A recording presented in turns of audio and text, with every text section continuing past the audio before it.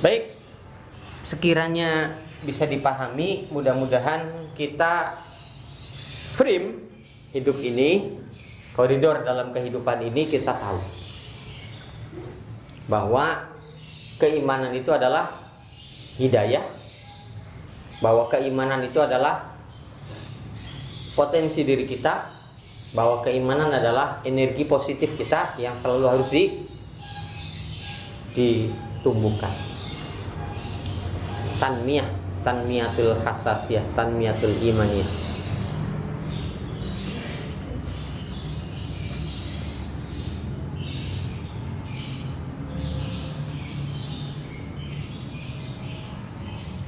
Saya buat tulisan, niscaya diberi petunjuk oleh Rabb mereka karena keimanannya. Petunjuk adalah dengan energi keimanannya. Petunjuk kemudahan beramal baik bisa dipahami. Keimanan seseorang tergerak berbuat baik, dan berbuat baik menjadi keimanannya kuat, saling mengait. Mohon maaf atas segala kekurangan, dan saatnya rekaman. Rekaman sifatnya kesimpulan aja ya.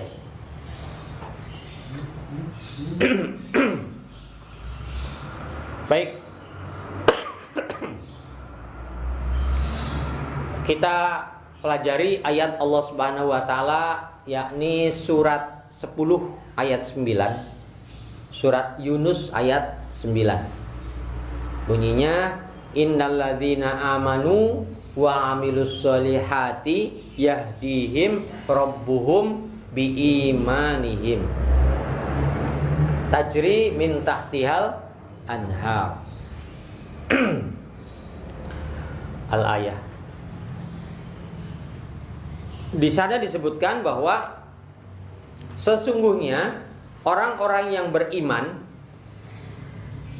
orang-orang yang hidupnya penuh dengan keyakinan, orang-orang yang diberikan energi positif oleh Allah Subhanahu wa taala dengan keyakinan hidupnya, optimisme dalam hidupnya, selalu optimis.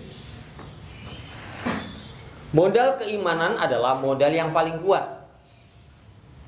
Beriman itu sifatnya ke atas. Beriman itu kepada Allah. Beriman kepada Allah berarti hubungan manusia al-makhluk kepada al-khaliq, yang diciptakan kepada yang menciptakan. Hubungan imani antara makhluk dengan khaliq disebut dengan ibadah.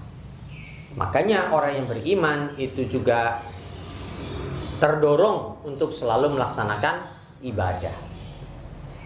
Seperti halnya sholat, dia terdorong untuk menjalankan sholat, karena dengan sholat itu menjadikan sarana interaksi dia langsung dengan Allah Subhanahu wa taala.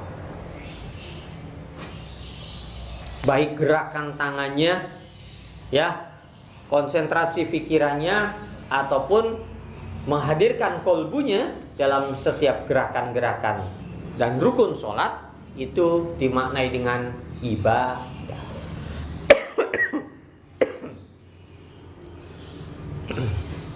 Ibadah demikian biasa disebut dengan ibadah mahdhoh. Ibadah yang sudah dituntun syariatnya oleh Allah Subhanahu wa taala. Manusia punya kebutuhan, manusia punya keperluan dalam hidupnya. Maka dia gantungkan untuk ibadat pada Allah dengan doa. Ya Allah, semoga saya lulus dalam ujian saya.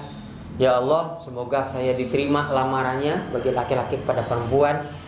Bagi perempuannya, ya Allah, berikanlah saya jodoh seorang laki-laki yang soleh, dan seterusnya sesuai keinginan. Ada interaksi langsung dengan Allah Subhanahu wa taala. Harapan hidupnya diserahkan kepada Allah Subhanahu wa taala. Tapi tidak cukup dengan ibadah mahdhoh saja.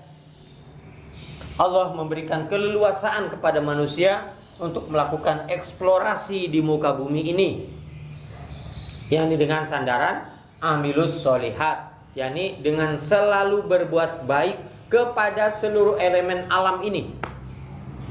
Bukan hanya sesama manusia, tapi dengan binatang, dengan tumbuh-tumbuhan, dengan air, binatang, matahari dan sebagainya. Itu amal-amal antar makhluk ini, antar sesama alam. Biasa manusia diberikan peluang beramilus sholihat, amal soleh. Amal soleh bersifat horizontal, ibadah bersifat vertikal. Bagaimana amal soleh tadi bisa mempunyai nilai-nilai ibadah, bisa mempunyai nilai-nilai vertikal, maka niatkan beramal soleh itu dengan ibadah. Ibadah kepada sesama.